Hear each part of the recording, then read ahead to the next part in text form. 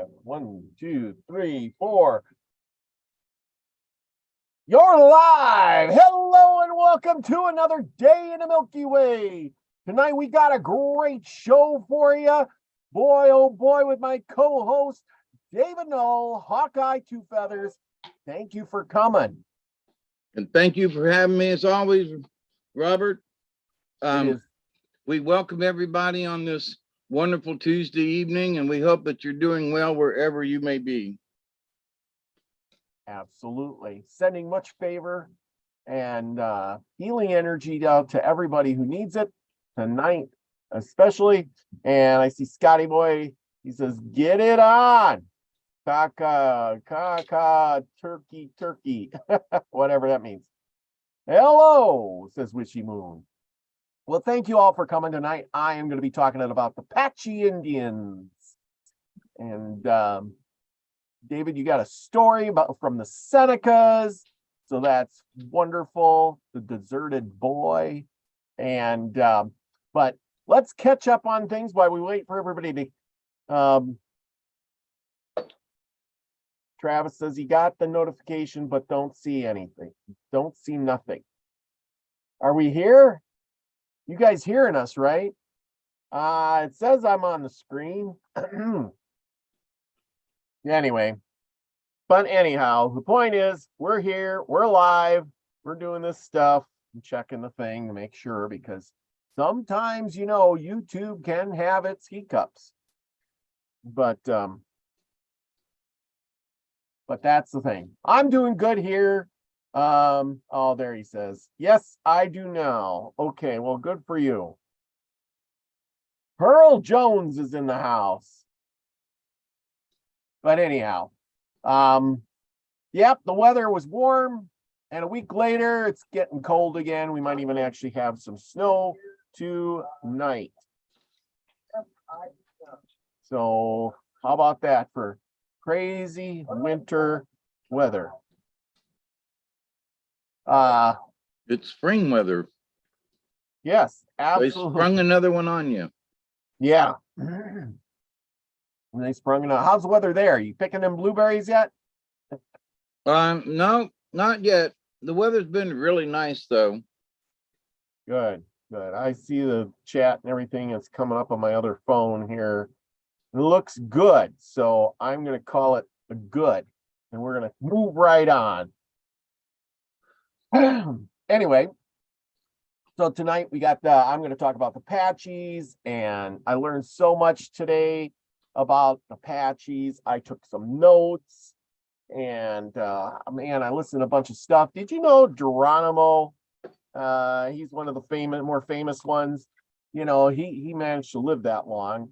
And he had an autobiography he wrote about him. Of course, he had somebody else write it, but nonetheless, he does have an autobiography. It's on Spotify, and it's good to listen to. And since I did my notes kind of backwards, I'm going to go backwards in it. So, as always, I have screens to share with you, if I can find them here. Son of a gun. No, I don't need that. But anyhow, let me just hold on, people, a second. I had this up here a second ago, and there we go. Now I think I exited off. You gotta love these computers. You know, they're always working for you, but working against you at the same time. So here we go. The Apaches, believe it or not, they started out in British Columbia in the north. That's where their language is originated from. Either that or it originated from the south and went up to the north. But as you can see by this picture, the Athabascan language speakers, there's more of them in the north than there is down here in the south where the Apaches would live. So isn't that very odd? So somebody migrated. Either they migrated from north to south or south to north. But we can look at some other maps. and the territory of Arizona. They lived in Arizona, New Mexico, and even in Mexico, which is what got them in so much of a problem. As you can see by their territory, they had around, I guess, 15 million acres to roam around in. There was different tribes, the Mescaleros, the Chanos, the over here, there was a there was all kinds. I can't read the writing on this. I blew it up too much. Now I can't read the writing on it. But anyway, there's tons of little tribes out here. The problem with the Apaches is there was never a big grouping of them. Most tribes were between 25 and 30 people. And as you can see, here's a area of where they roamed. You can see there's you got Arizona, New Mexico, and then their lands go down into Mexico. And because of that, the Mexicans wanted to wipe them out, and so did the Americans. No matter where these guys went, they were always in trouble. They had such a big, but the Indians at the time, the Apaches especially, they didn't understand borders. How could the magical line in the sand divide their land one from the other? And I don't think any of the Native American Indians, knew that. And as you can see, with this thing of Texas, this map, you can see that the Wichita, I didn't even know until a couple weeks ago there was a group of Indians called the Wichitas. I heard of the Kiowas, the Comanches, never heard of the Wichitas. But anyway, the Apaches, see, the Apaches had a little chunk of Texas here and a little chunk of Texas there. They had this big area that was all over the state. So they were in 3 or 4 states and another country, which was really bad because when you're in these little groups of 25 to 30 members and you're moving around, and you don't get together to fight a big battle. You don't, but they use that to their advantage because they were expert horsemen. They could blend in with the territory, and they were tough as nails. These people were tough. I was reading in one of my books the other day, and they were talking about how some Indians that came to the fort or whatever, they showed up.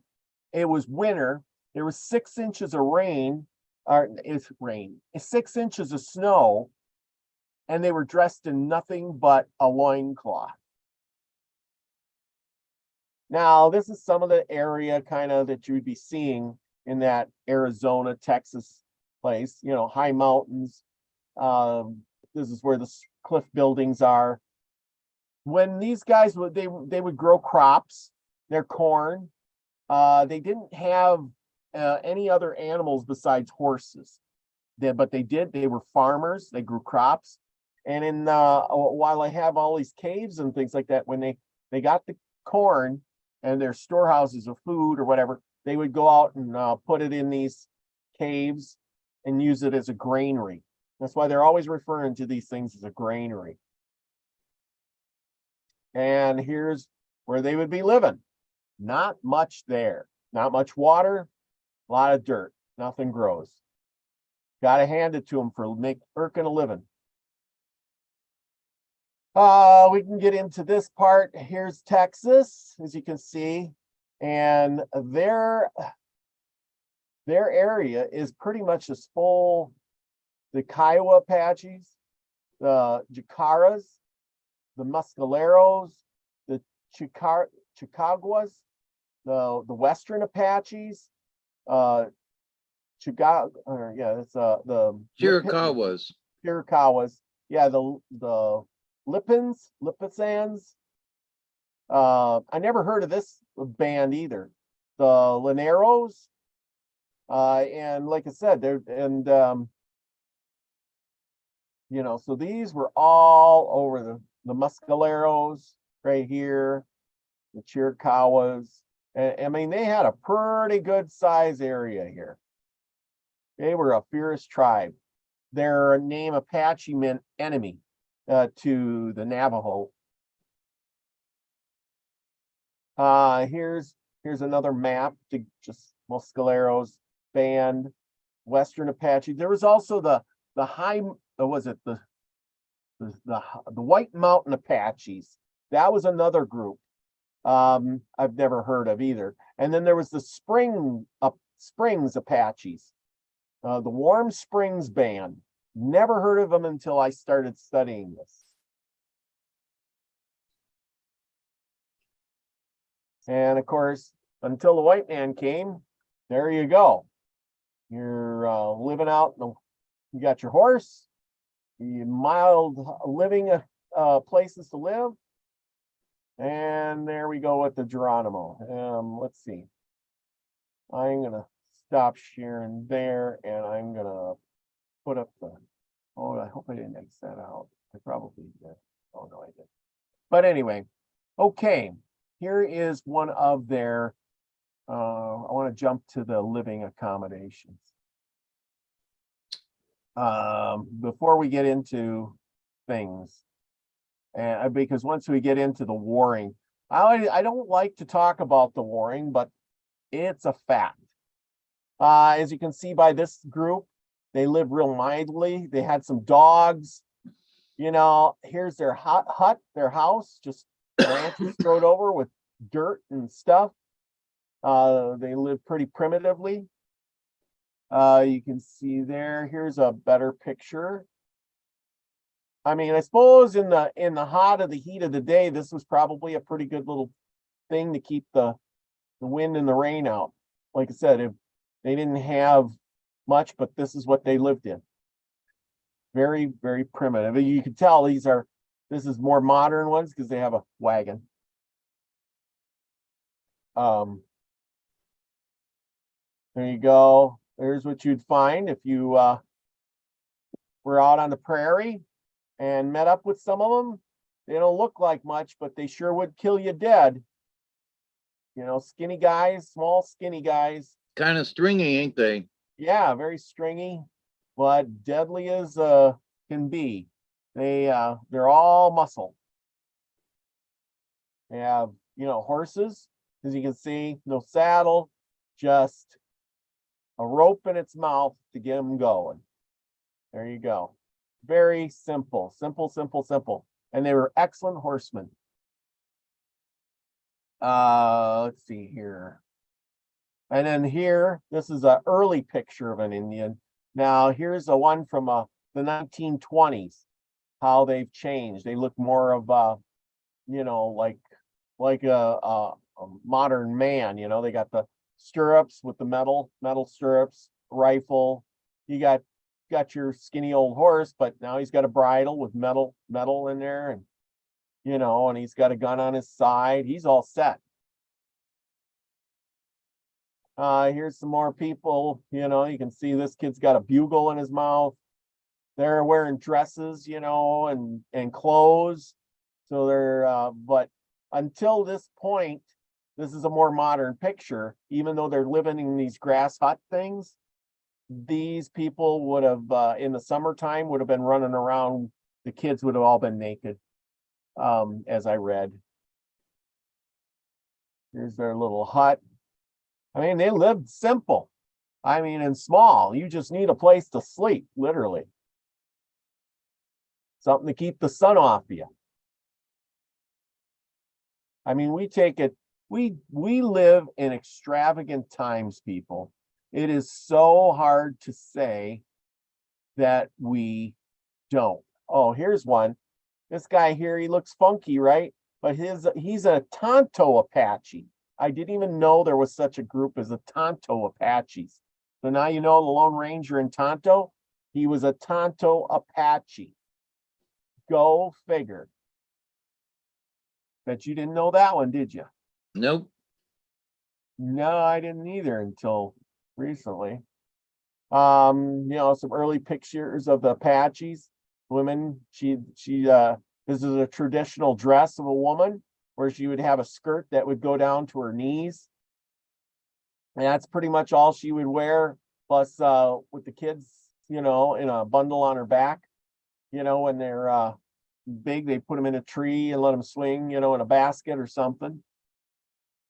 Let's see. And as you get more modern ones, they get guns and stuff like that. Here's the chief of the White Mountain Apache tribe from 1853 to 1928. See, as he gets more modern, he collected pants, boots, a rifle, modern day kind of rifle. I mean, he's decked out for war, and of course, you got the famous pictures. This is Geronimo and his band of helpers, and I imagine one of these guys is Who, which was his right-hand man. Who and Geronimo, who was never a chief. Geronimo was a medicine man, believe it or not.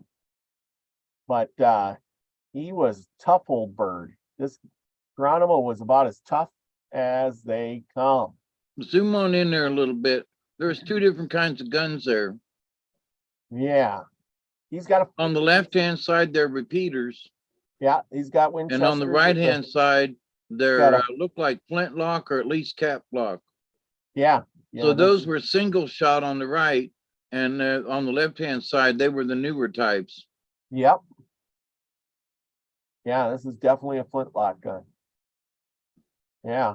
And see, he's got that stick in his hand. That's for packing this picture was taken when he went to surrender for General Captain Crook, the famous meeting for Captain Crook. He went there to surrender, and Geronimo surrendered multiple times, but multiple times they, he decided it wasn't for him. General George Crook, he was also known as the Tan Wolf, and he fought with Custard against the Sioux. And after he did that, he wanted to make peace. How he ended up with Geronimo was General George Crook was a good hunter. He liked to go hunting. So one day he wandered off the fort. Now, believe this or not, he wandered off the fort going hunting, and somehow, while he was stumbling around with his gun, looking for game to shoot, he walked right straight into Geronimo's camp and didn't even know it. Now, being Apaches and everything, they could have shot him dead to rights, but they didn't. They basically, Geronimo looked at him and said, "I'm not going to kill you."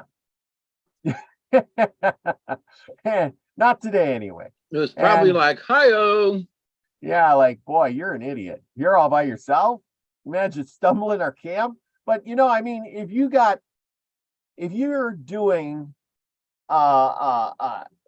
if this is your house, how, if you're coming up the backside, how would you even know you're there? You know what I'm saying? You just walk right in and go, "Holy crap, I'm in an Indian camp." You know what I mean? Right. So that's the way I look at, well, anyway, he gets there, and then him and Captain Crook, or General George Crook, the Tan Wolf, they talked, and he said that was probably his best conversation without all the other hoopla there. And he says, "Hey, I want to surrender." And Crook probably thought, "Well, this is a pretty good guy. He didn't kill me." But that was he says he didn't kill him. He says, "No fight, sit down, talk." Not one was fighting. He surrendered to George Crook on the terms that he would get a new reservation. The reservation that they were putting everybody was called San Carlos, and Geronimo didn't want to go to San Carlos. Neither did a lot of the other ones because they called it 40 acres of hell. So nobody want to go there. We've already talked about the tribes, the different tribes, but the ones that were most prevalent, were doing a lot of the fighting, was the Benonkaha, and the Chaheni, and the Choconi, and the Nina were the bigger tribes that were doing all the fighting. There was also the White Mountain Apache, the Dark Apaches. Most Apaches were seasonal migrants. Let's see, let's change the picture here. Here's another group. These are White Mountain Apaches here. They had a lot of great fighters. One of their greatest ones was Magnus Coloradus. Now, the reason that these guys were so up in arms over a lot of the Apache fighting was because of the dirty dealings of the Americans and the Mexicans. First off, the Apache hated the Mexicans. And you want to say, why did they hate the Mexicans? Well, it turns out they would raid the Mexicans' stuff, here and there. And the Mexicans, where it really went, this was the boiling point. The Mexicans had this copper mine. It was a big copper mine, way out in the middle of nowhere. And every now and then, they had to bring supplies in every week. They had to take out the ore with mules and burros and whatever, and they brought in supplies with the mules and burros because it was so far out there. And this was in the early 1700s, right? Maybe it was, late 1600s, early 1700s. And they went ahead and did this. Eventually, they got pissed about the Apaches every now and then taking a few of the burros, killing a few people here and there, yada, yada, yada. So they had a big feast, invited all the Apaches, and said, we're going to have a big feast for you.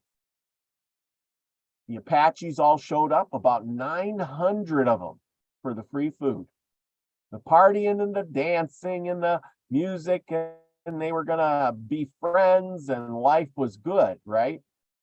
Well, the Apache got there, they started eating, the music was playing, and just like that, the cannon started firing into the crowd of Apaches, and the troops popped up with all their weapons and started mowing them down. And they ran anywhere and everywhere they could. And they did this until almost probably over 400 of them were dead. After that, the Apaches never trusted the Mexicans again. But the Apaches aren't stupid. They went ahead and never let any more mule trains come into the valley where they were mining the ore. And eventually the people started starving. They were running low on bullets, and they all decided, we got to get the heck out of here. Well, you know what? Now you're moving out of your canyon. You're leaving your home, everything behind, and you're heading off for a 200-mile hike to the nearest town in the New Mexico. Nobody made it except 3 or 4 guys. So that's how that travel went. And after that, they hated the Mexicans. So there you go. They wiped out probably how many tribes at 400 people? Lots of tribes. Yeah, but anyway, so as that went on, great warriors arose.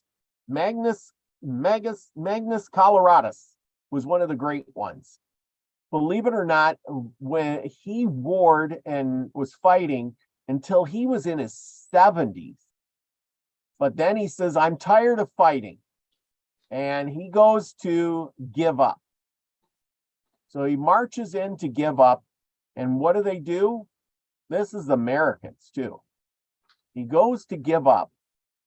And they said, okay, whatever, come on in. He comes in and they say, nope, you're under arrest. And then they, I don't know if they fought him or whatever actually happened, but he got killed.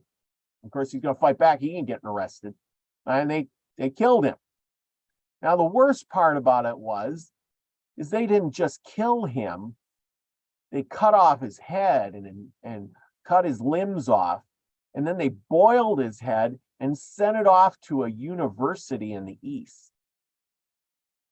Now, you know what that does to the Indian tribe? That makes them a little crazy at this time. You know, I mean, and then you got ones like Cochise, who fought and got cornered in a canyon somewhere fighting against the Mexicans. He died fighting. Victorio, he managed to make some peace, but he did die of stomach cancer, they said. Let's see. He lived on 15 million groups of 50. Oh, now the Americans were the Apaches' friends for quite a long time, until the Mexican-American War was over. And at that point, the Mexicans and the Americans signed a treaty. And when they signed that treaty, that's what did it in, because the Americans then told the Apaches, hey, listen, you know, we need to stop going over there and stop fighting the Mexicans. Here's the imaginary border. And the Mexicans, they are, you know, the Apaches couldn't understand it. They still wanted to go over the border and you know, fight the Mexicans. And that's just not how things were done, they were explained to. And as you can see by this picture, you know, the border's here, and they're going down here and they're saying, hey, my land's down here too. And the Americans are saying, nope, you either got to pick this side or you got to pick that side. You got to pick sides now. They're like, we don't want to do sides. We don't care. Well, now you're at war with the Americans. Even though they were your friend, now you're at war with them, because they said, you go across the border and kill Mexicans, we'll come and hunt you down. And they did just that. So at one time, the Indians were the allies. Yes. To the United States. Yes. And as soon as they signed the contract, that made the Mexicans and the United States allies. And because there was no peace treaty with the Apache, yes, now they had to subjugate the Apache to make the Mexicans, to placate the Mexicans. Yeah, pretty much. You know, we signed a treaty with the Mexicans. We're not going to fight them. But yet the Apaches are Americans, technically. At least the Americans claimed as Americans. And they would go over to Mexico and fight. Well, you can't have a peace treaty with the people running over there and killing your folk. You know what I'm saying? So, so you don't stop, we're going to hunt you down and fight you. So that's exactly what happened. But now, you know, the Apaches are now fighting a two-front war. Before they were just fighting, you know, one side. Yes, and they were getting help from the Americans. Now they're getting no help from the Mexicans and no help from the Americans. They are, you know, and of course the Americans are moving in. As you can see, it goes into Mexico here. And as this part here was nice area, the cattle ranchers and stuff started moving in. Now here's a story what happened with the Apaches. and this is a bad one, especially for one of their leaders. This guy Bascom, it's called the Bascom affair. He was a big rancher, and the Apaches came and stole his son, and he wasn't happy. And Victorio, somehow Victorio ended up, or he caught him, or he came by and accused Victorio of stealing his son. And Victorio said, listen, I didn't steal your son. And I think I don't have anything on Victorio. But Victorio says, I didn't steal your son, but I tell you what I can do. I can go find your son, and I will bring him back to you and his killers, his captors, and I'll bring him to you. And apparently they stole some cows, and I'll go and hunt him down myself. That's the good guy I am. And the Bascom guy says, listen, I don't care what you say, the guy should have took the deal, but he didn't. He said, tough luck, you're going to stay here. And your family who came with him stays here too. Now his brother and his wife and his kids and everything were there. And Victorio was not happy. And so at night, he cut the tent that he was in with his knife and escaped. And Bascom went ahead and was pissed and kept his family captive. So Victorio went out with a bunch of his warriors and caught a bunch of white people, and off a wagon train or something. And he killed some of the Mexicans, and he captured white people, and he was going to hold them and trade them for his family. And Bascom said, no way, no way.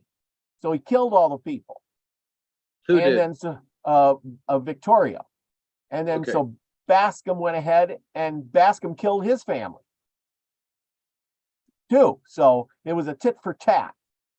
And Victoria never took the kid, but he killed his family. And then the war with the Apache was on big time. Let's see. So Magnus Coloradus got killed in 1863. Let's see. Victorio, he held out for quite a while. They did have a Magnus Coloradus was killed in 1863. He was a chief. He was tricked and killed at a peace talks, and his head was cut off. Then eventually Victorio made peace. They had a truce with Grant for 4 years. And then they established the San Carlos, which was a Hell's 40 acres reservation. Nobody wanted to go. Now, if they would have made it a different reservation somewhere, I think then the Indians probably would have went, because they all kept saying, especially Geronimo said, I don't want to live there. That's a bad place. I don't want to live there. And they said, nope, that's where you're going to go. And never panned out. Let's see. Did you say it was 1863? Yeah, that's when Magnus Coloradus was killed. And then, the Indians were all in an uproar because, like I said, just remember that's the middle of the Civil War. That's right. So there wasn't a lot of point that out. Yeah, there wasn't a lot of troops out there. This is what I said is during that, after he was killed in 1863, there was a truce with Grant, General Grant, which became president for 4 years. And I think that happened all over the Plains Indians because the United States government was barely holding on financially, and they were recovering from the Civil War at that time. And they couldn't spare the troops or the money to do anything. So they just literally, said, we're not going to fight the Indians for a while. Everybody, you're on your own. No law and order, take your chances. And after about that 4 years, the government had recovered, and they were back at it. Let's put the Indians on. Also, there were people moving west.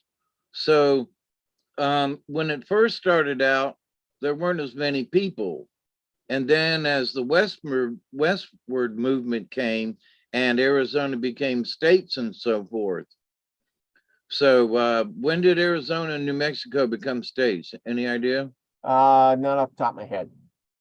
But I think it was after 1863 is my point. Yeah, I think it So was in, yeah, the when they 1880s. became territories, then it was more, then the United States was like, ooh, we got to protect our territories. And then Yes. we have to protect the states. So before it was just wild. It was just the open range. And Yeah. but as soon as they became territories or states, then it became senators and representatives. They were like, no, you got to send troops out here. Okay, I'm done. Yeah. I just wanted to point that out. Yeah. Yes, exactly. So anyway, it's boiling down to this point where there's, Vittorio was killed, but he had a sister, and his sister Lucen, she was a medicine woman, and she was known for knowing where the enemy was, and she kept the people safe for a long time. They said she would hold her hands up in the air like this with her palms out like a direction finder, and she could tell you where the enemy was, where they were coming, and how long it would take them to get there, and how many there were. And she had visions of who would, fight and who would die and all kinds of stuff like that. And apparently she was good at it because she really knew where things were and kept the people on the move, and they just couldn't. They had so here's Geronimo. He was a tough bird. Now I need that picture of Geronimo. Anyway, Geronimo, he was a tough bird. He was tough. And he had a bad temper. He was paranoid. He hated Mexicans. He was a fighter through and through. This guy was, oh boy, was he. And so he was the man. They had 15,000 men and a $25,000 bounty on his head, and they still couldn't catch him. Believe it or not. That's how, but he was getting to the point where, the other Indians didn't want to hang around him because it was like, there's too many people looking for him. Hanging around you is like, The death wish. Yeah, and he was going to villages, literally going to villages and telling people, you are coming with me, we're going to fight. And they fought in small bands of, 20, 30 guys, and they would do a lot of raids because they were good at that. They were smart, and they knew they couldn't battle 1,000-man army, but they could make a raid with 30 guys and steal some horses or whatever they had to do, and shoot them up and then run like heck. Run away and fight another day. That's where it came from, is the Apaches. Believe it or not. Well, eventually, he was going to surrender to Crook. Let's get back onto this. Geronimo was going to surrender to Crook. And Crook said, yeah, I'll get a different reservation for you and everything like that. And the military said, no, you just go and get him. We don't care. We're not going to put him on a reservation, disarm him, and we're going to put him in prison, probably hang him, yada, yada, yada. He's a terrible guy. He's killed so many people, blah, blah, blah. And he resigned because of that. They gave the commission to this guy named Nelson Miles. And his message to Geronimo was surrender or die. And that wasn't, anyway, that wasn't the thing. He had to really think about that.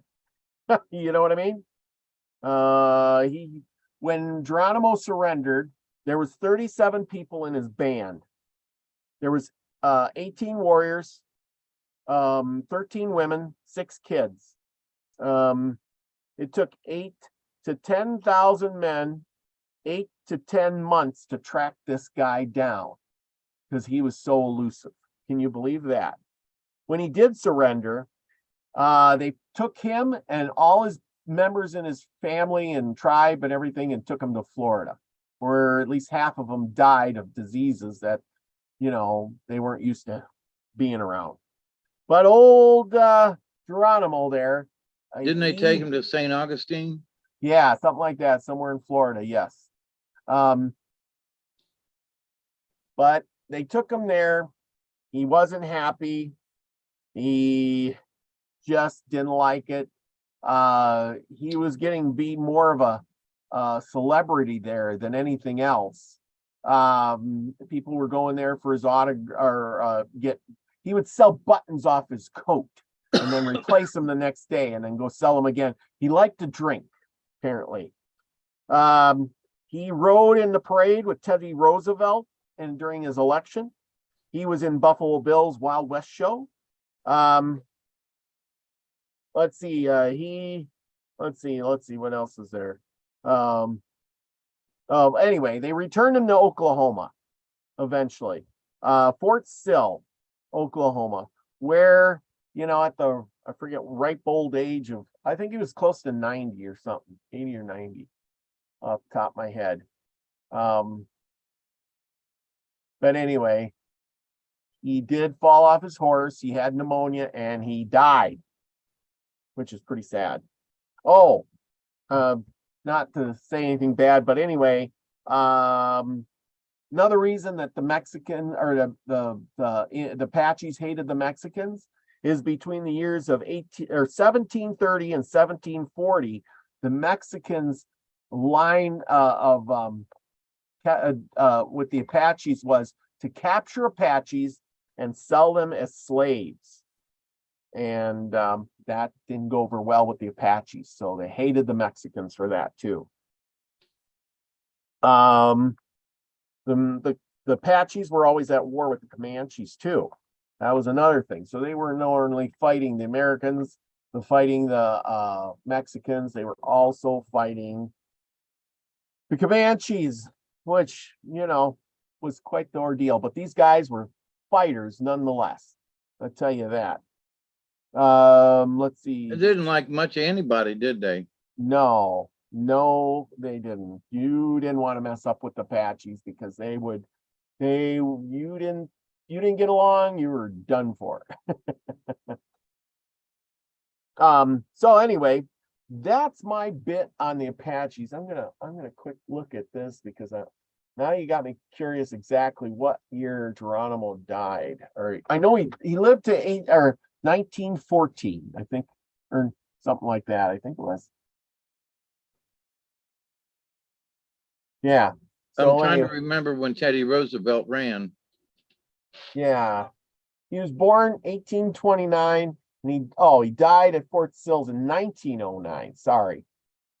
1909. He was that would have made him, how old was that? 79. Sorry, 79. But if he wouldn't have fell off of his horse, he probably would have lived a lot longer. But I can imagine he was pretty wore out by then. Doesn't look like he was a happy guy either. Consider it. Here's some pictures of him. There you go. Geronimo at Mount Vernon. Yeah, they took this guy everywhere. After the war, the Indian wars were over, this guy was like, they paraded him around. He was super, super famous. He became a hero. Yeah, he was a legend beyond belief. Like I said, he would sit for pictures, and things like that. You see, he's taking pictures, you name it, he was doing it. And Geronimo's telling his story. There he is, telling his story, all dressed up. Now he did write, or he didn't write a book. This guy, I can't remember his name, but he had his translator, which was whose son? Hugh, spelled Juh.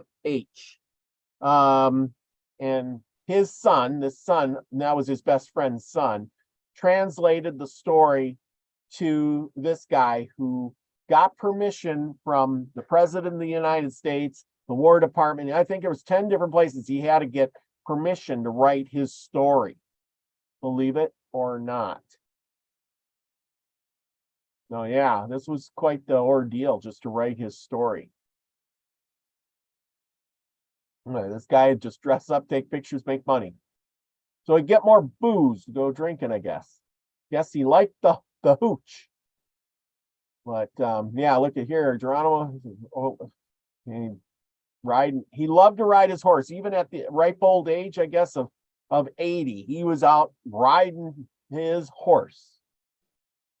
Still doing his thing. Well, it'd be like second nature to him, Yeah.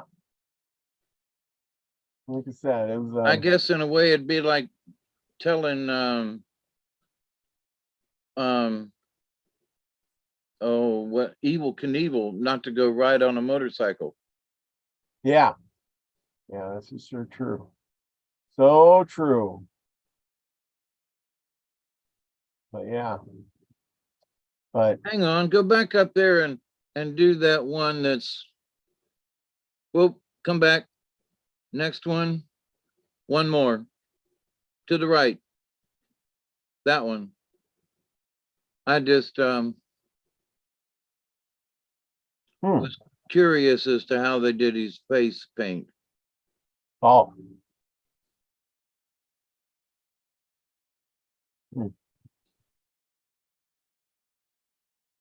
I wonder if he was in any of the early Westerns.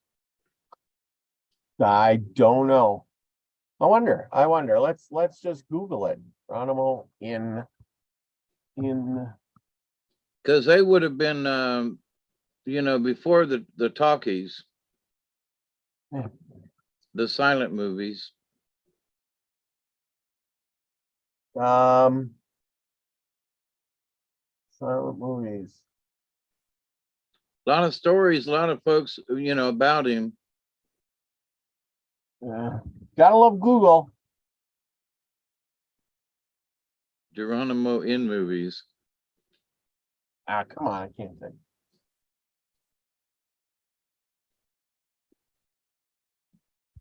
I put my hands on the wrong keys.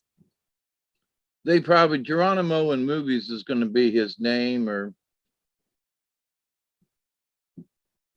and when the guys would holler Geronimo when they jumped out of airplanes.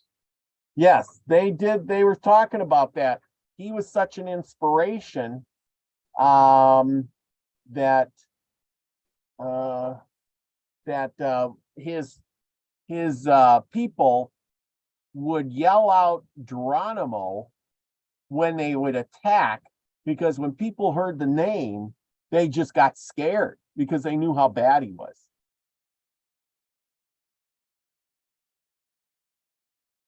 And so during, I don't know about World War I, but during World War II, the guys that if they were going into, especially guys jumping out of airplanes, the paratroopers would all holler Geronimo as they jumped out. Yeah. There's this band of people as they load them on a train to take them to Florida. Look at that. That's the last of them. And you think about it, it's like, really, that's it. They hunted these people down. This is the few people that gave all the trouble, which is really sad, isn't it? It's hard to believe. Well, and also it's interesting at the same point that those few people gave the other one such a hard time. Yeah. Well, there's sure a lot of pictures of them. That's for sure. I don't know if there is any moving pictures in film. In silent movies.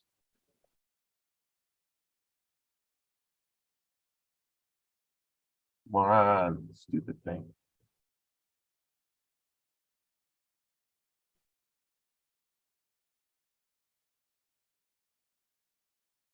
Doesn't say Son of Geronimo. No. The Silent Westerns.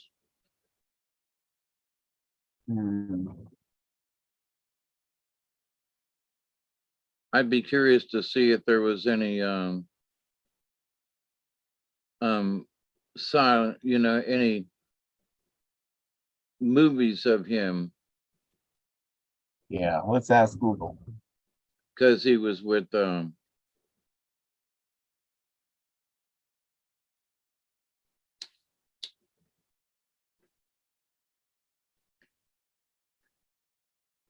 yeah, there we go.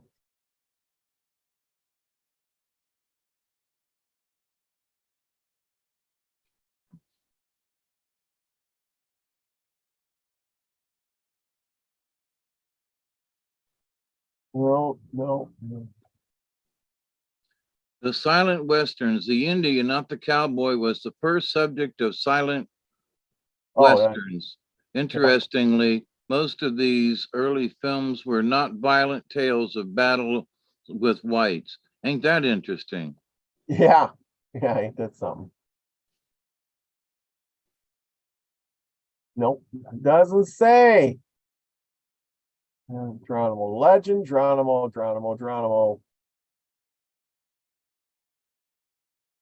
All Indian cast. Film with all Indian cast history. June of 1920. No. Maybe the only all Native American cast. Interesting. Silent film ever made. How about that? Yeah, interesting. Well, it's true in that I've watched a lot of old Indian, I'm sorry, Westerns, and the Indians were, and some of them, they were really, there was many characters that they had pity on the Indian and pity on the plight of the Indian. Not everybody in the West hated them. I mean, there was Kit Carson and some of them, they later on went and traveled with the Native Americans and tribes and stuff, and traveled around and did those, those Western shows. Yeah. Well, Buffalo Bill's Wild West show employed a lot of Indian people from the day. Sitting Bull was in that, Geronimo. They had, Indian actors, Buffalo people, pretty much. Wild Bill Heacock was there. I mean, pretty much anybody who was anybody appeared in those shows, and then they traveled around. And it wasn't just Buffalo Bill shows. Yeah, they had other folks who had shows as well. So it was like it was almost like a circus in a way, or a carnival, if you will.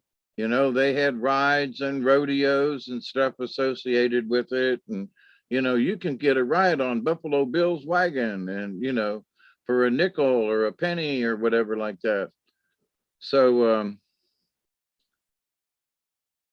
yeah, it was better than fighting them and making war.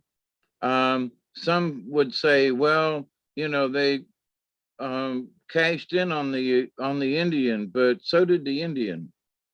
Yeah. So did the Indian. What was the Indian supposed to do after living on the prairie all the time and having been moved off his reservation, having had his entire lifestyle changed, to where he's not able to roam the same areas, so what do those people do? Well, we can, you can travel with us and ride a horse and shoot a gun, and we can make a bunch of people just, jump up and down and pay us money, and then you can take that money and buy whatever you want. So they was like, well, what the hell? What have I got to lose after all this? I mean, really, what have I got to lose after all this I done been through? Yeah, well, this is exactly it. I mean, before they had everything to lose, but by this point, when they surrendered, it's like, why not? Okay, sure. Do I get a percentage of all those pictures you get, that was taken of me kind of thing? Is Yeah. there, um, um, Whatever, it doesn't say. copyright law? That's what I was trying to think of. Oh, Who but was anyway, who was the guy you said that they cut his head off and boiled it and Magnus Coloradus. um Yeah, he was feel bad for him. I mean, he was quite the Indian. He was a fighter, right? I mean, he was in his 70s and he was still out there doing his thing, Like, geez. I wonder why they cut him up and then boiled him. I don't know. That's That another. just sounds, for anybody to do it, that just sounds really strange. Somebody had something after that guy. It almost sounds like some kind of witchcraft thing. Like maybe they thought he was evil in some other kind of way, that he just wasn't a warrior. He might have been something else. And so they had to chop his head off because of that. Because how many, and boiling it down and all that, it seems to me that there was something else going on, that he might have been an alien. I don't know. Hang on here. I'm getting to it. I'm looking it up. Because who else have you heard of to where they did that to? I don't know. Now they might have chopped their head off, but to boil it and chop the body parts up and boil that. When was the last time? I got it now. Okay, in the summer of 1862, after recovering, I'm gonna share with everybody. Why not? Okay, here we go. In the summer of 1862, after recovering from a bullet wound in the chest, talk about being hard-headed there, Magnus Coloradus met with an intermediary to call for peace. In January 1863, he decided to meet with the U.S. military leaders at Fort McLean in southwestern New Mexico. He promised provisions in return for peace, but the American government did not want to have peace with them. Magnus arrived under a flag of truce to meet with the Brigadier General Joseph R. West, an officer of the California militia and the future Reconstruction senator from Louisiana. Armed soldiers took Magnus into custody. West gave an execution order to the sentries. The old murderer has got away from every soldier command and has left a trail of blood for 500 miles on the old stage line. I want him dead tomorrow morning. Do you understand? I want him dead. That's what he told him. Then that night, Magnus was tortured, shot, and killed under the pretext of the supposed escaped attempt. While tied on the ground, Magnus was provoked with red-hot bayonet until he moved to stimulate his attempt to escape. The following day, some soldiers who were fascinated by the size of the Apache, Magnus was 6 feet 6 inches tall, cut off his head, boiled it, and sent the skull to Orson Squire Fowler, phrenologist in New York City. Analysis of the skull and 2 sketches of it appear in Fowler's book. One of the informants of the Eve Ball's book said the skull went to the Smithsonian Institution. However, the Smithsonian reported that it never received the skull. Magnus's descendants and sources based on their testimony have confused the Smithsonian with Fowler's cabinet in New York. There was a skull on display leading to the misattribution. Another possible fate of the skull was that it was returned to the Apaches by the Smithsonian in the 1990 transfer, but was not individually labeled. The mutilation of Magnus's body especially enraged the Apache, since they believed he would not enter the afterlife without his head. This further enveloped the conflict between the Apaches in the United States, leading Cochise to engage a 9-year campaign of reprisals in Arizona and Sonora. And there you go. Wow, who would have thought? There's his head. Looks like he got a big chunk taken out of it there. So, Well, they tortured him. Yeah. Yes, they did. Well, It just seems strange to me that they did all that when, you know, they didn't do it to other Indians. They just shot him, killed him, or something. They went to a lot of trouble on this guy. And so I'm just wanted to point that out. yeah. Of Well, all the other, I didn't realize he was 6'6" tall. That's a big guy. that's a big guy. That's So a big guy even nowadays. yeah. So he could have been like a small giant, but here's something though, that the chopping off the head and dismemberment, there are different clans and folkses that claim that that's the only way to kill the demon, or the only way to kill these things. And because if you don't cut their head off, they can reincarnate and they can come back to life, kind of thing. So if he was that fierce and all, you know, they might have wanted that to happen because of other reasons, you know. It could be, yeah. It's not just that he was that big and that they sent his skull back, but it was because of it, he was of a particular type of person, I would suggest. It could be. Well, here, Lucky Stone says, Great Apache Chief Magnus Colorados, the regimental surgeon at Fort McLean, said he wanted the chief's head for scientific purposes. And when the chief, definitely childless, and soldiers as children, they shot him point blank. West wrote an official report that the chief had tried to escape and was shot. Yeah, right. Well, he might have, but he was old. He was in his 70s. But anyhow, the point is that he was 6'6" tall. And do you think that these people were thinking in their head, even at that time, and I don't know, I'm just speculating like we're doing now, if he had giant blood in him, you know? That's what I'm suggesting. Yeah, there was something else. There was something else about this guy.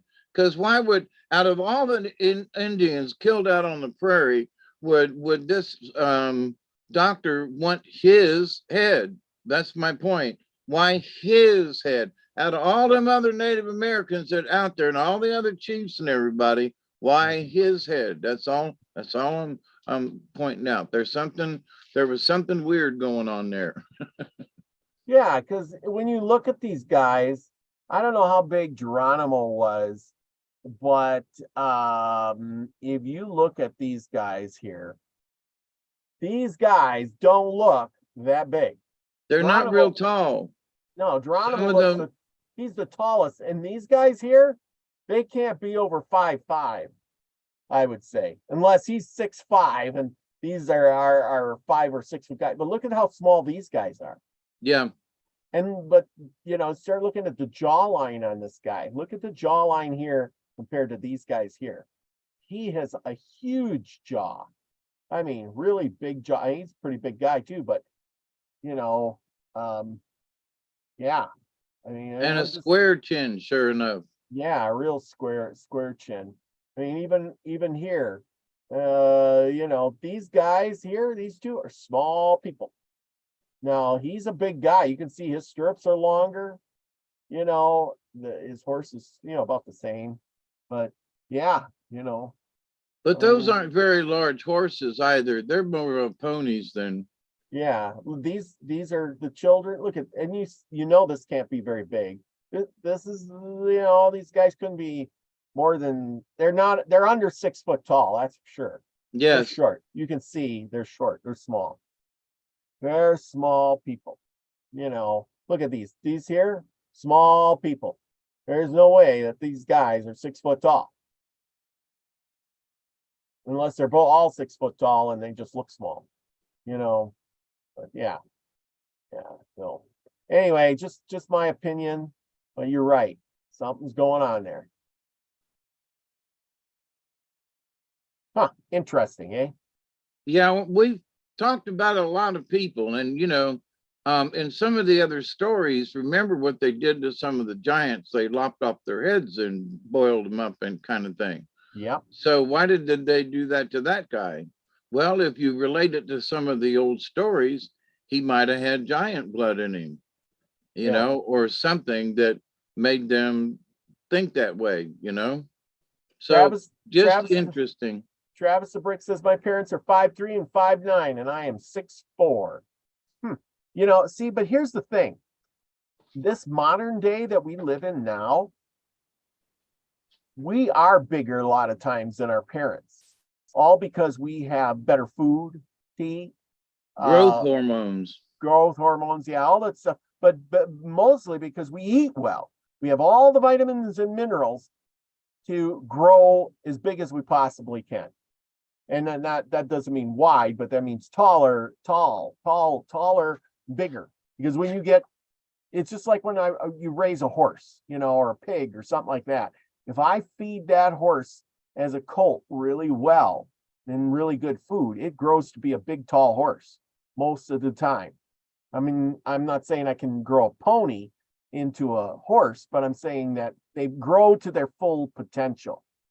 Right. Versus if you're starved and malnutrition, it's kind of like, well, you heard those things about North Korea and South Korea, right? South Korea, the people are really tall. And in North Korea, which is pretty much the same people, only separated by, a number of 50, 60, 70 years of difference, being separated. The North Korean people are short and small people by a difference of, 68 inches. Whereas the North Korean people are really, really tall because they've gotten good, nutritious food. But if things were to go backwards, they would all shrink again. If you don't eat, you don't grow. Your body goes to that size. So I'm just saying. Anyway, enough of that.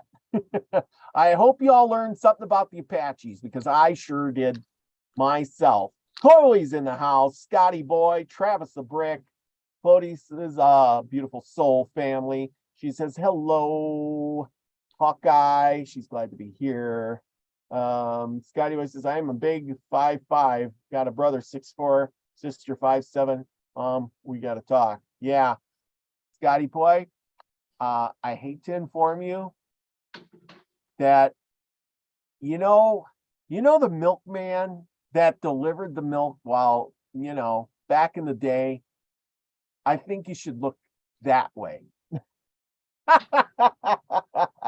Lucky Stone is in the house. Elderberry, Buffalo Bill, Cody was where Geronimo acted. Just found it out also. Okay, yes, great. Mary Wins is in the house. Not drum stud tonight. Let's see. Susie Q is in the house, and Witchy Moon. Susie Q is listening. Maybe she's got to go. I don't know. She's got her grandbabies tonight. So big shout out to Susie Q. And poor Scotty Boy. But I'm the only one with the RH mom and me. Yes, Scotty Boy, you're the only one, because guess what? The milkman. I'm telling you, the milkman. He delivers the milk. Dad was at work. I'm just saying, man, you put the puzzle pieces together. He might have been a short guy.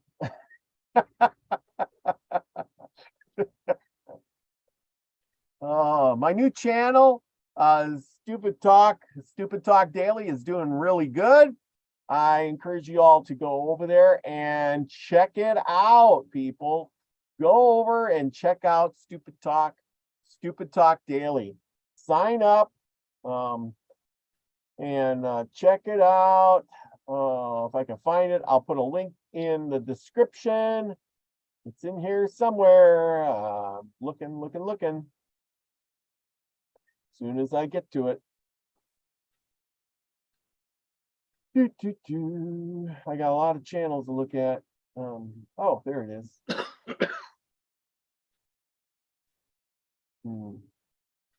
And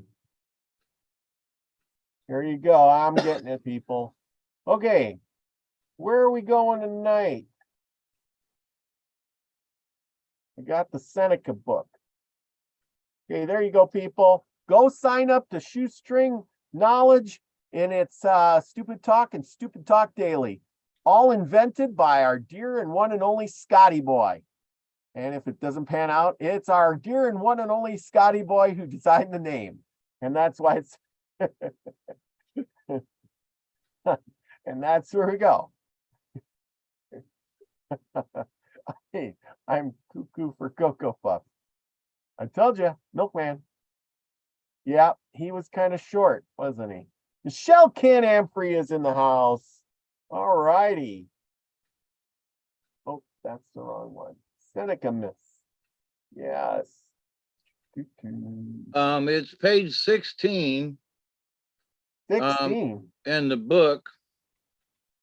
Oh. If you're looking down at the pages of the PDF, it's on page 28. Hang on. Oh, I got the right one. Is this the one? Can you see this? Geehaw aids a deserted boy, told by John Jemison. Yeah. It should be. Hey, let me. I was on looking at mine. Oh, okay. Yeah. Yeah, mine's laid out differently, but yeah, Oh, okay. that looks. Okay. No, that's not it. What? No, you're too many pages down it. You're on page C up there at the top. It says page 63. Yeah. No, you got to keep going upwards to page 18. There's several Geehaw stories. Oh. And Didn't know that. yeah, Oh, yeah. looking at the table of contents. You can't Yeah, speak this either isn't tonight. this isn't a very long story. Okay, yeah. Right there. I see. Okay, my error. When you said the Geehaw, the deserted boy, I was like, there it is, Geehaw, the deserted boy. Okay, I'm good. Wrong boy. Yeah, just the wrong story. Wrong story. Yeah.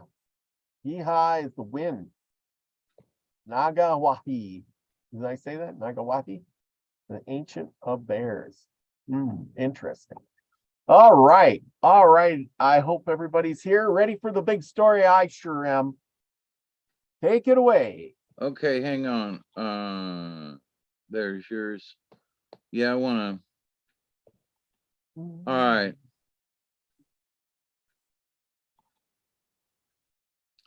Geehaw, the wind. Nyagawahe, the ancient of bears. This is a Seneca story. Geehaw aids a deserted boy, told by John Jemison. And it's from a book, The Seneca Indian Myths, 1923. In a cabin at the edge of a village lived a grandmother and her grandson. The grandmother was old and the grandson was young, and they were so poor that they ate scraps given them by their neighbors. Once, when a hunting party was starting off, the little boy followed it. The hunters traveled 5 days, then camped and built a bark hut. The boy was too young to hunt. He went out with the men, but never killed anything. They called him Othwensawahendi, from the part of a deer they threw out for him to eat, the small liver by the side of the large one. When the hunters were ready to start for home, they agreed to leave the boy. not letting him know that they were going. They wanted to travel fast. One day when he came back to the hut, the boy found only the pile of hair left from the skins they had dressed. The men had taken everything and gone. The child didn't know the way home. That night he slept on the pile of hair. The next morning he found the chin bone of a deer and getting out the marrow ate it. When it was night again, he heard somebody coming. The door opened and a man said, "Well, Othawin Sawin, you think you are going to die, but you are not. Get your knife and put it on the stump outside the door. And in the morning, go and bring it in. You must hunt tomorrow." The stranger, who was Giha, the wind, went away. The boy had an old basswood knife. He carried it out and put it on the stump. Early in the morning, he went to the stump and there he found a new knife. He took his bow and arrow and knife and went into the woods. He saw a deer, ran after it, overtook it, and killed it with his knife. Then he threw his bow and arrow away and afterward went hunting, used his knife. He killed large game and had plenty of meat. One night he heard somebody coming. Then a man pushed open the door and said, calling him by name, "I am here to tell you that Niagawahi is coming to kill you. Tonight, put your knife on the stump outside, get it in the morning, and go to the top of the tall elm tree at the end of the hut. Hide it in the branches and wait." Nagiwahi climbed the tree and looked over into the hut to see if you are there. When he is coming down backwards, stick your knife into a small white spot in his right hind foot. Then he will fall to the ground, dead. Then pile up the wood around the body and burn it. Giha went out. The boy put his knife on the stump, and in the morning, the old knife was gone, and a larger and longer knife was in its place. He picked up the knife and climbing the tree, hid in the branches. Just at daybreak, he heard a terrible roar, and right away, Nagiawaki was climbing the tree. When he got to the top, he looked into the smoke hole of the hut and said, "There is a fire. The boy must be there." And he started down the tree. The boy saw the white spot and stuck his knife into it.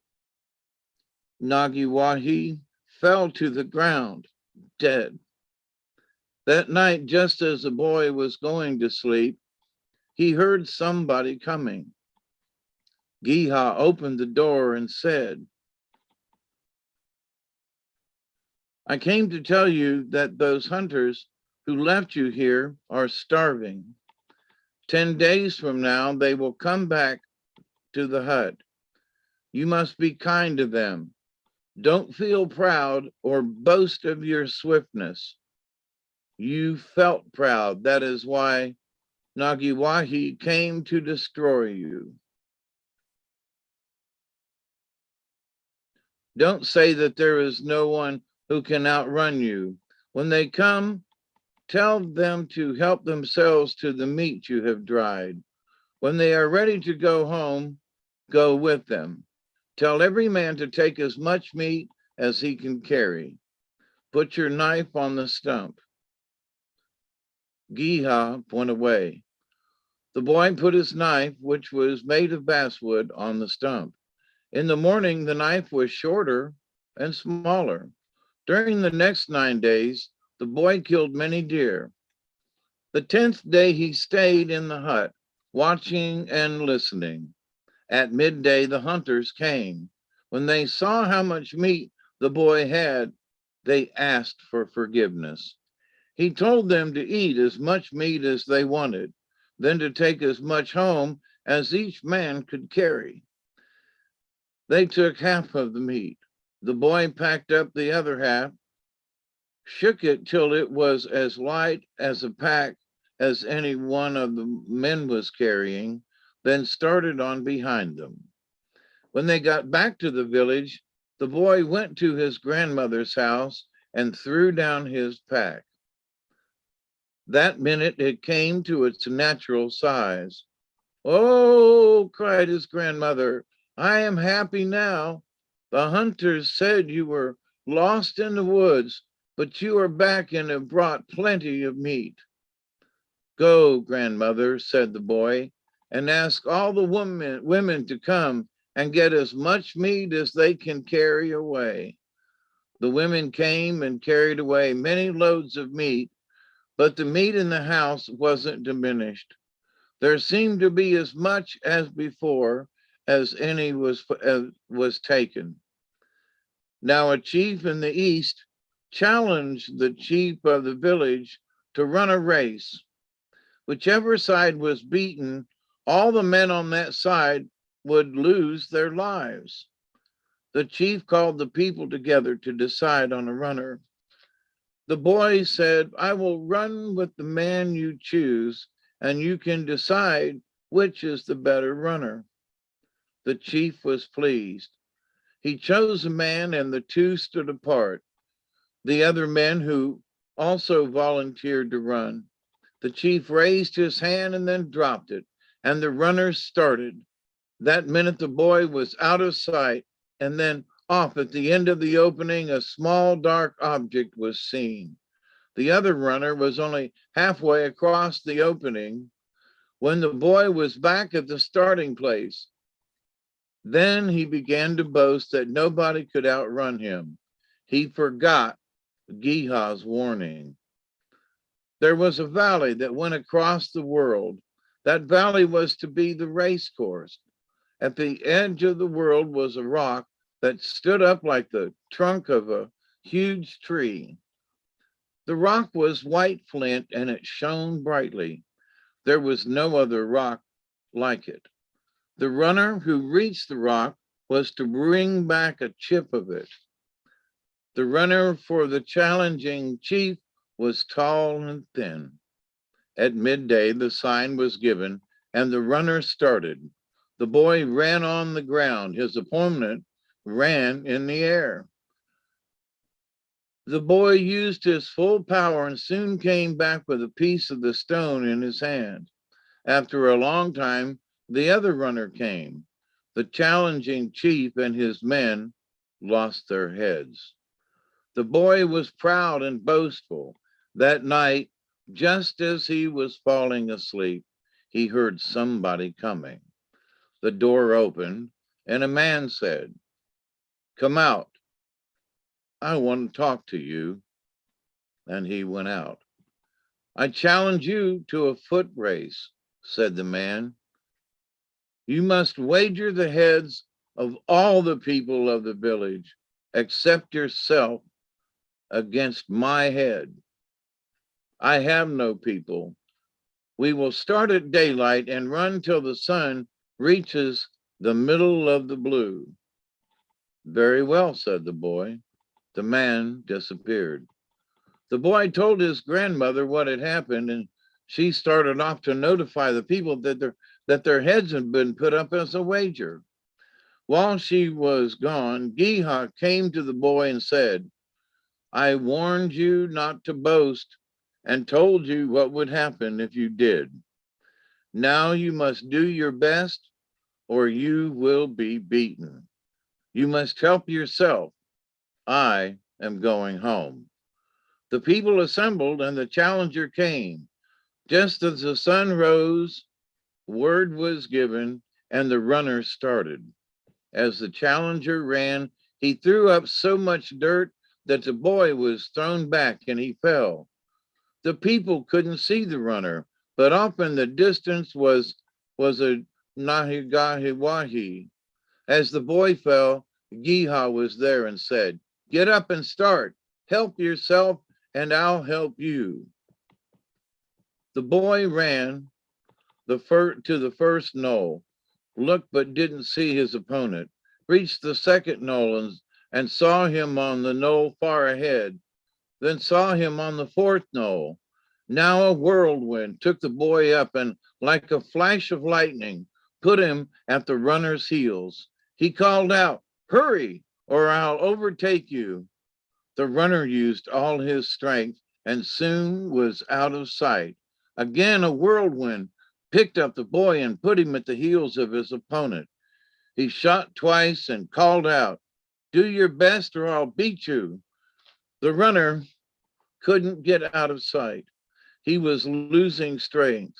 Again, a whirlwind came, and as it picked the boy up, a voice said out of the cloud, "This is the last time I'll help you." Whirlwind put the boy down at his opponent's heels. The runner, now in his real form, the form of a Nagiwahi, said, "You have overtaken me and won the race." Exactly at midday, the boy cut off the bear's head and taking it, started for home.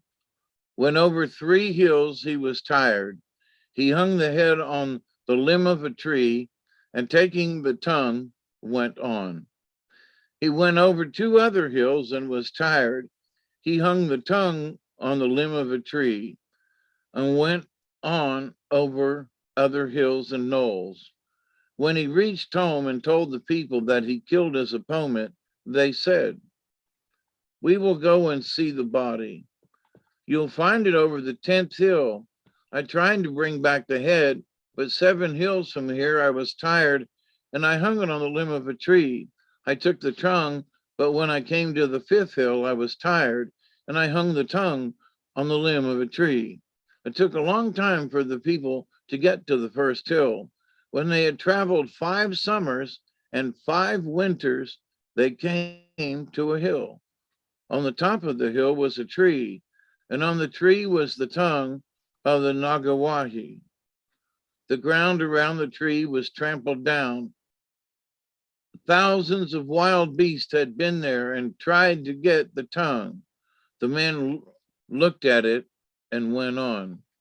When they had traveled 2 more summers and 2 more winters, they came to the 7th hill and found a skull, all that was left of the head. The ground around the tree was trampled down. Thousands of wild beasts had been there and tried to get to the head.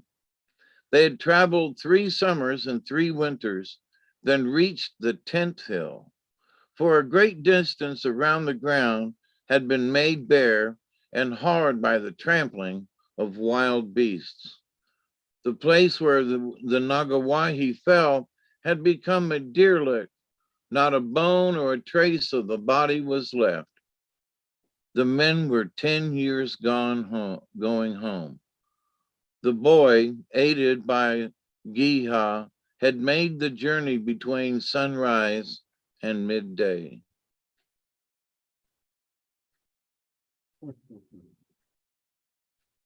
Well, that was an awful long trip. You know? Yep. I mean, can you imagine? I think after I seen the tongue, I would have called it good. Took me how many summers and winters have I been traveling just to see the tongue? And now I got to go see the head. I believe you, boy. I believe you. And so they were gone 10 years. Ain't that a something? Yeah. How far did you run?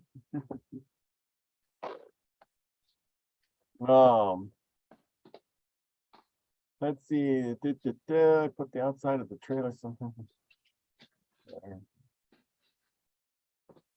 Oh, so I sound like the loaves and the fishes. Yeah, Kim says sounds like the loaves and the fishes. Yep. You know, see, the thing is no matter where you live or what who you're with or whatever, how far it separates people, the stories all seem the same. I mean, or at least they're kind of, and it just goes to show you that all people are somehow tied together, because no matter what distance separates you between somebody else, you kind of will think of the same things, meaning we're all one people. At least that's my take on it. There are many similar things that have been picked up over the thousands of years, and we've discussed them here on this show, where there are similarities to religions when there was, nobody that we know of that, came across the oceans to influence the natives early on. So there are similarities and things, and just interesting things. Absolutely. And I think we'll, as the years go on, we'll find more connections, with the past. And, we talked about this on this show, and other people have come on and talked about it too, is that, this is what we're living in is one big cycle. Is this just one gigantic cycle that we just can't see because our lives are so short? I mean, think about it. If you could live 1,000 years, can you imagine all the cycles you would see and realize how, that you're in a big cycle too at 1,000 years? I mean, considering that the world is thousands and thousands of years old. I mean, we're barely putting a dent in things. You know what I mean? Yeah, I do. I mean, at 70 years old, there is a certain amount of wisdom that I have that's just because I'm 70 years old. I've just seen that many summers and winters, and it's not that I'm any smarter, brighter, or better than the next guy. At least I don't feel that way. I see some folks not using their wisdom when I think they ought to be. But wisdom comes with the eye of the beholder, in my opinion. So there are some people there are some children who have more wisdom than some adults that are, 4 times their age, literally, Yeah. Oh, yeah. Well, and you think about it, I mean, really what, they've been talking a lot about this AI, and I want to get your take on it. It's like this. You took the small, I mean, and this is Elon Musk saying it, and he's right, I think, in a way. You took the smartest ant in the world, right? I mean, how would we compare to the smartest ant? We'd be way smarter. But now you invent a computer that's going to live forever. And, we'll never be that smart. Now we're the ant. What's going to happen? How do we treat the ant? No matter how smart that ant is, if it's the smartest ant in the world, do we give a crap? We just step on it, put some poison down. We don't care. You see, and that's what they're saying is once this AI thing gets going and it gets to be smarter than humans, will it really even consider us a equal? Will it just look at us like a smart ant and say, oh, well, you know what I mean? We don't need you. Actually, AI is going to need us. And I've talked about this before, but I'll mention it here. AI is constrained to a machine, some kind of a machine. And that machine is constrained to power plants, to being plugged into the wall. And also there have been people, well, the robots will make more robots. Well, not without material. And who brings the material to the factories and smelters it down to make the steel? human beings. Humans are at every stage of the game. So robots are not going to make more of themselves because they're not going to have enough raw materials. So stop worrying about it. You know, we don't have robots that can go out and dig. They don't know where to go dig. There is a lot of stuff. So, you know, until robots can literally go out and dig iron ore and make steel to make robots, for quit worrying, please. Same thing No, with aluminum. The same thing with all the technical parts, all the chips and everything. You know, they may be making chips, but they're on the other side of the planet. You know, and you have to figure out. Quit worrying about AI taking over the world. well, Stop it. and I totally get what you're saying, but I also think that it's like this too. It's like, okay, that you're right. The thing ain't gonna, the AI doesn't have a body. The guy says, he was talking about it. He says, well, when AI is there, with, all we got to do is go over there and turn the power plant off, and AI dies. There you go. But we're just at the birth of AI. And if I was AI, I would be thinking the same thing too. If they just turn me off, I'm at their mercy. And I would be looking for some way to not have them problems that you just described. You know what I'm saying? Yep. Because those are, okay, so it's just like our bodies. Whoever designed us, we're little walking robots that make more robots. And we use the supplies and things are right around us to make more robots. We're a robot, only we're an organic robot.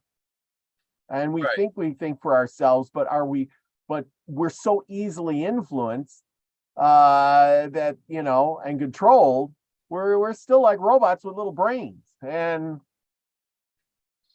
I think that AI will figure that out someday and go, okay, I need a bunch of minion robots to keep my big brain going. And, I need a power source that's renewable or reusable. And, maybe I can do fusion or fission or whatever I need to do, that I only need a small power source that could last thousands of years or hundreds of years or something like that to prolong me, kind of thing. And then, like you said, yeah, there's needs metal and you need people. Well, AI, I think, would probably try to figure that one out. Because I think AI would look at the situation and go, there's too much involved to make more robots. They're going to figure out how to move into the human psyche, because people already want chips. They already want to be enhanced. Yeah. So AI is going to wait to move into the human sector. They're Yeah. not going to fool around with other robots, Yes. because here's already a body with limbs and arms and muscles that already works. It doesn't have most of us don't have batteries, but we're a renewable resource. We can, with the right care or whatever, we can live an X amount of time. And if we're careful with our bodies, there might be some enhancement that would go along with AI, but that would be transformed into the human. So, but I don't think the folks that are really worried about the robots taking over, I really don't see that. I do see where AI could move into the human psyche.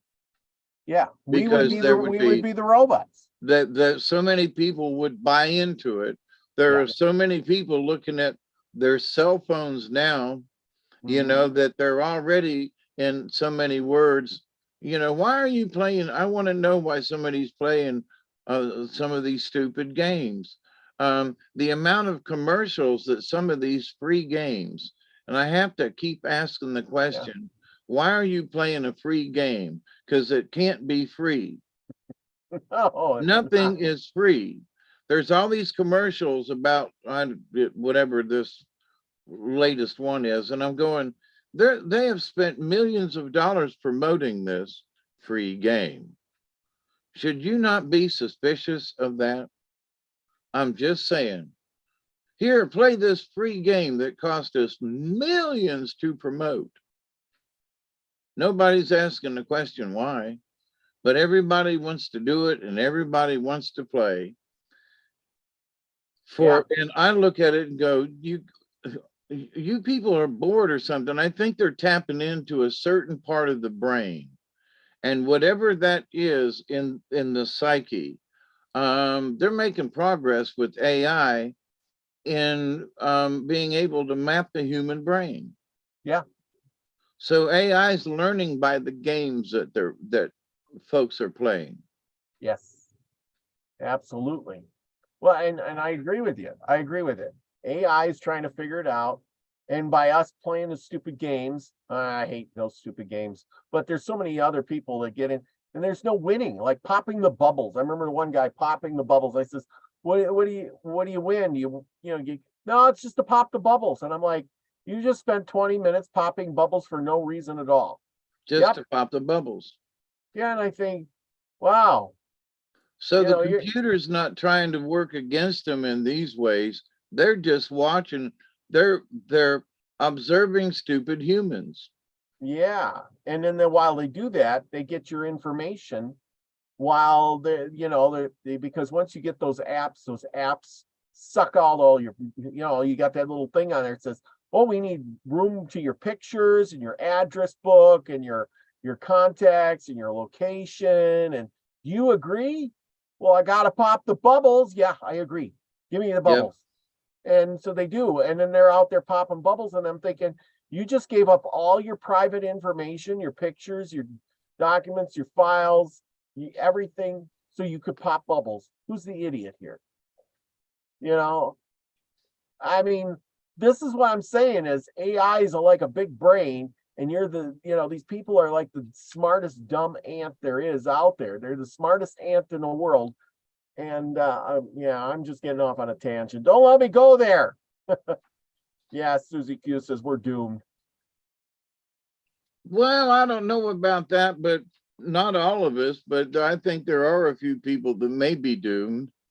But there have been people who were doomed, for millennia. So this shouldn't be anything new to us. The thing is for millennia, there's always been a way to get rid of those people that are just kind of dumb. Sure, some of the smart ones get taken out, but usually a lot of the dumb ones end up at the roadside right away. You know what I'm saying? Like, that one was dumb. He crossed in front of a car and he got killed, Now there's, it's like save everybody. And I feel bad. I don't want nobody to die, but, you got those really dumb people out there. And yet, they're kept safe by simple warnings and guards like, don't put your hand under the lawnmower and try to sharpen the blades while it's running. Or, hey, this is a boiling pot. It's really hot, or stupid stuff. And you think, who's that? Like people that go out and mow their grass in their bare feet. Like, are you an idiot?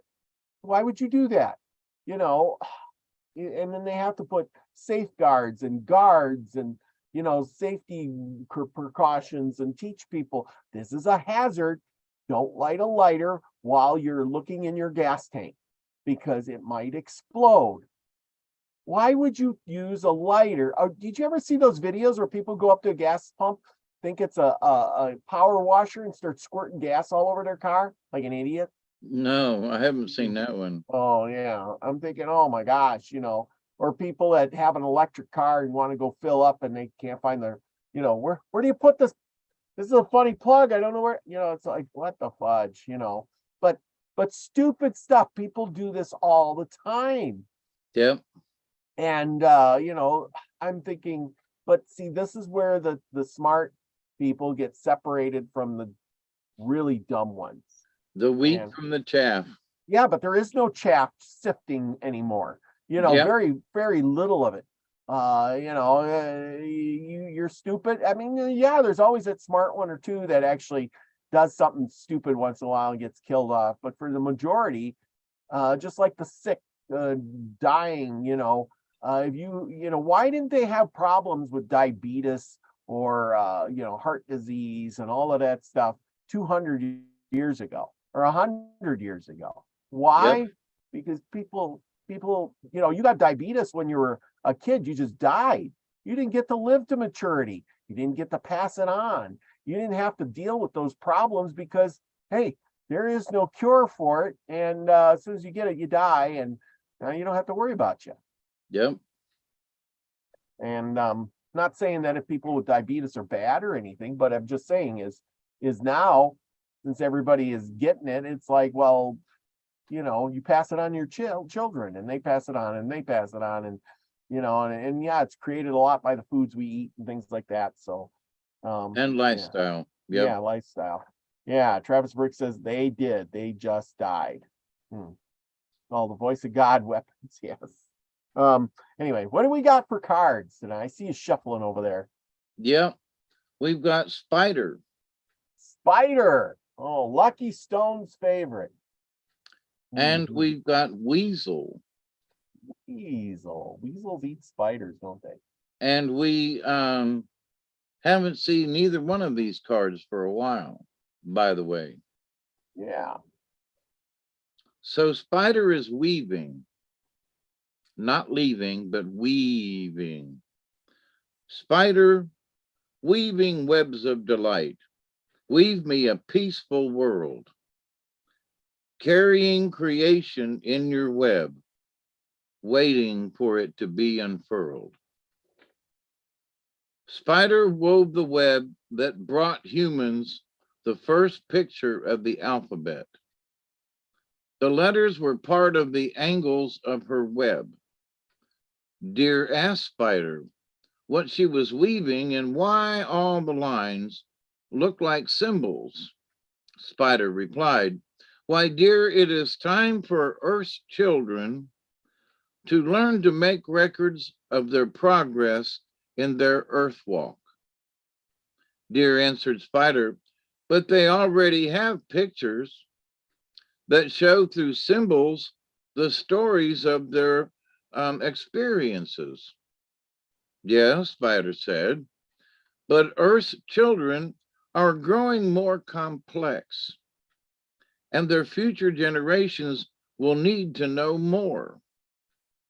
The ones to come won't remember how to read the petroglyphs. So it was that Spider wove the first primordial alphabet. As she had woven the dream of the world that had become manifest, Spider's dream of the physical world had come to the fruition millions of years before. Spider's body is made like the number 8, consisting of 2 lobe-like parts connected at the waist and 8 legs. Spider is a symbol for the infinite possibilities of creation. Her 8 legs represent the 4 winds of change and the 4 directions on the medicine wheel. Spider weaves the webs of fate for those who can get caught in her web and become her dinner. This is similar to humans who are caught in the web of illusion. Caught in the web of illusion in the physical world and never see beyond the horizon into the other dimensions. Now, there are folks out there people are telling you that life is an illusion. Well, those people who are telling you that, that's another illusion. Be careful when you speak about that, okay? The web of fate also represents a wheel of life, which does not include any alternatives or solutions. It is typically human to get caught in the polarity of good or bad fortune without realizing that we can change it at any time. If we are not decisive enough about changing our lots in life, we may end up being consumed by our fears and limitations. I sort of did a video about that earlier today on my channel, discussing that, you know, the fears that we have, and there are personal prisons. The most important message from Spider is that you are an infinite being who will continue to weave the patterns of life and living throughout time. Do not fail to see the expansiveness of the eternal plan. So in the short term, people don't think about their reincarnations and how many times they may have already been here and how many times you may be in the future. So Spider is the weaving, and it's the infinite plan. So if you understand the bigger plan, you'll know that at some point you're going to come back and do it again in another lifetime. And that probably you've had 2 or 3 or 4 or maybe a dozen reincarnations up to this point. So, but that's the bigger plan. So, but Spider is, you are an infinite being. And when you stop to and think about that, I am an infinite being. I'm not just going to die, you know, this lifetime. I'm an infinite being. I need to quit worrying about the short term and think more about the long term. But anyway, that's Spider with weaving, and Weasel is number 33, and is stealth, that which is interesting. Weasel, weasel, weasel. Who's in the hen house now? If I were to ask you, you'd say it was a cow. Weasel is stealth. Weasel has an incredible amount of energy and ingenuity, yet it is a difficult power totem to have. It is not without significance that ermine or weasel pelt is worn by royalty. Weasel ears hear what is really being said. This is a great ability. Weasel eyes see beneath the surface of a situation to know the many ramifications of an event. This too is a rare gift. The chiefs sent Weasel to the enemy camp to smoke them for power. What are the medicines of the enemies? The chiefs asked Weasel.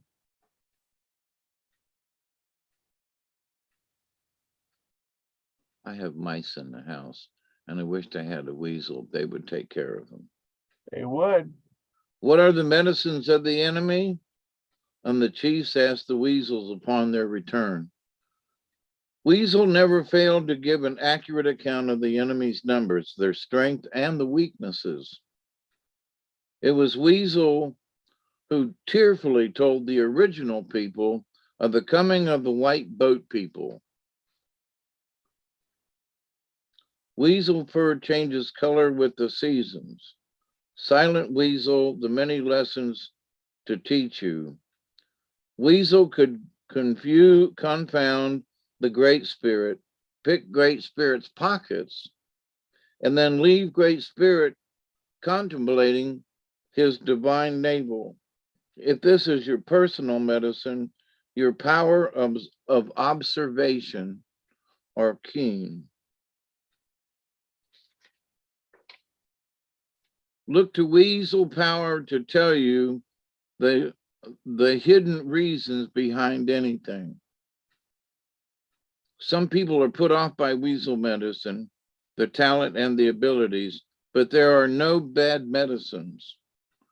We all have power, or we would not be here to heal Mother Earth. Think about that. We all have power, or we would not be here to heal Mother Earth. Perhaps if you have weasel power, you could use your secret gifts for the good of all beings. Observe who or what needs attention or a solution, and offer your assistance in your own quiet or discreet way. Interesting. Spiders weaving the web, and Weasel wants you to sneak up and help where it's necessary.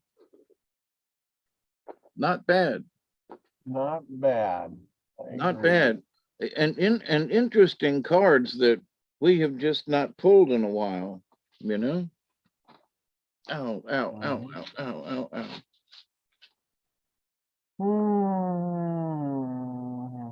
So how'd we do tonight, Robert?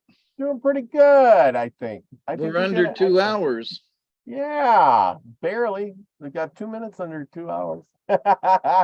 Just enough for everybody to say hello to everybody. Mossy Man's in the house. Scotty Boy hung in there with us. Michelle Can-Am Free. Jargo's in the house. Travis the Brick.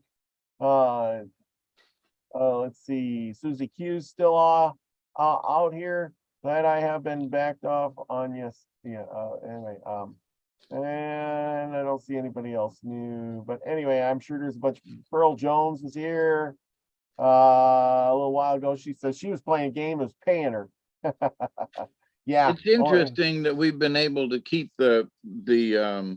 our story times to right at 2 hours without really planning it.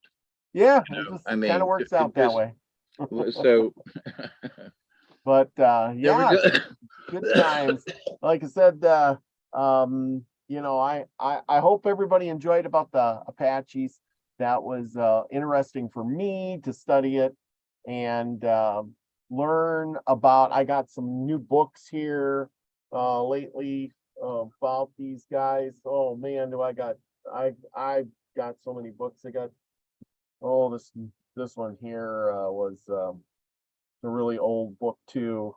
I can't wait to get into it. It's just really small, old Indian biography. It's just a little book from the 1840s. And I just love how these books are put together, you know, old ones. But anyway, really interesting. I got to get into that and find out what's going on. Jargo says, love you guys. Little intense, but hey, that's right, intense. We talk about it all here. Anyway, David, you're gonna do another show tonight. I know you did one this afternoon, but you're gonna give maybe a short one. Short one. Yeah, I know I'm gonna get to bed here and gotta work tomorrow. So all is good. But I want to say thank you to everybody. Lucky Stones in the house. Yep, I seen you. Michelle Can-Am Free. Love y'all. Scotty but says but glad you're all here. And okay, anyway, so it's all good. Remember, go over and subscribe to that channel, my new channel. It's right here. There you go. It's in the comments. Go subscribe. I'm doing some short news, funny clips about the world today with headline news, breaking news, and it is what it is. You know, hopefully it'll get better as I go along. But I've been having, you know, 500 to 1,000 views on some of my shorts, so that's pretty cool. I'm gonna do shorts, 15-second shorts or so, talking about the news, and it's just to open your eyes and make you think. I ain't gonna do it on this channel because I don't want to get canceled. Yep, that's right. But anyway, well, thank you again, David, for being on tonight and putting up with me, and we will do this again for episode 75. Cheers, everybody. Keep it between the ditches, and we love you very much. Absolutely. Remember, everybody, go out, do something nice for somebody else, because that's what you would want to have done for yourself. And most important of all, be the frequency you want to receive, everyone. See you next time. Love you all. Peace, everybody. And there we go. Another show in the bag.